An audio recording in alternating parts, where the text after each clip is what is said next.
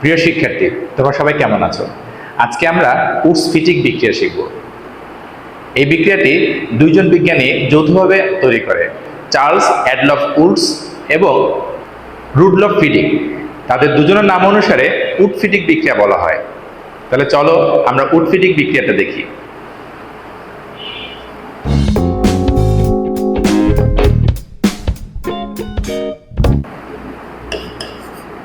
Alkyl halide এবং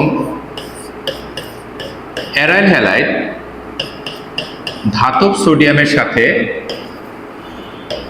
শুষ্ক ইথারীয় দ্রবণে বিক্রিয়া করে।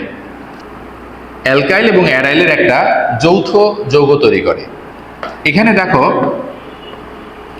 এই অংশটা এবং সোডিয়াম চলে যায়।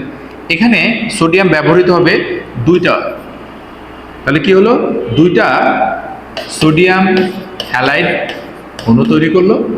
আর অ্যারোমেটিকের সাথে এই যে অ্যালকাইল গ্রুপটা যুক্ত হয়ে গেল। অ্যারাইল এবং অ্যালকাইল এর একটি যৌথ যৌগ তৈরি করে। এই বিক্রিয়াটাকে আমরা কাপলিং বিক্রিয়াও বলতে পারি, কারণ দুটো যৌগ মিলে একটা যৌগ তৈরি হচ্ছে। এই বিক্রিয়াটা একটু পিছনের বিক্রিয়া যদি খেয়াল করো, শুধু উডস বিক্রিয়া, সেখানে ছিল কি, দুটো অ্যালকাইল হ্যালাইডের অণুর সাথে সোডিয়ামের দুইটা পরমাণু বিক্রিয়া করে, তাহলে এই অংশটুকু মিশে যায়। আর এখানে আর এর সাথে আর যুক্ত হয় আর দুইটা সোডিয়াম হ্যালাইড হয়। এটা ছিল নিচের বিক্রিয়াটা, এটা ছিল উডস বিক্রিয়া।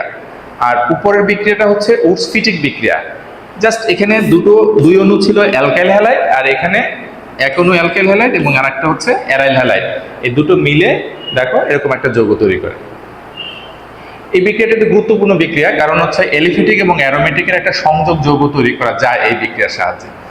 উদাহরণ হিসাবে আমরা আর এর পরিবর্তে যদি একটা কার্বন বসাই সি, তাহলে হাইড্রোজেন হবে তিনটা। আর এখানে আমি আয়োডিন, ক্লোরিন, ব্রোমিন ব্যবহার করতে পারবো।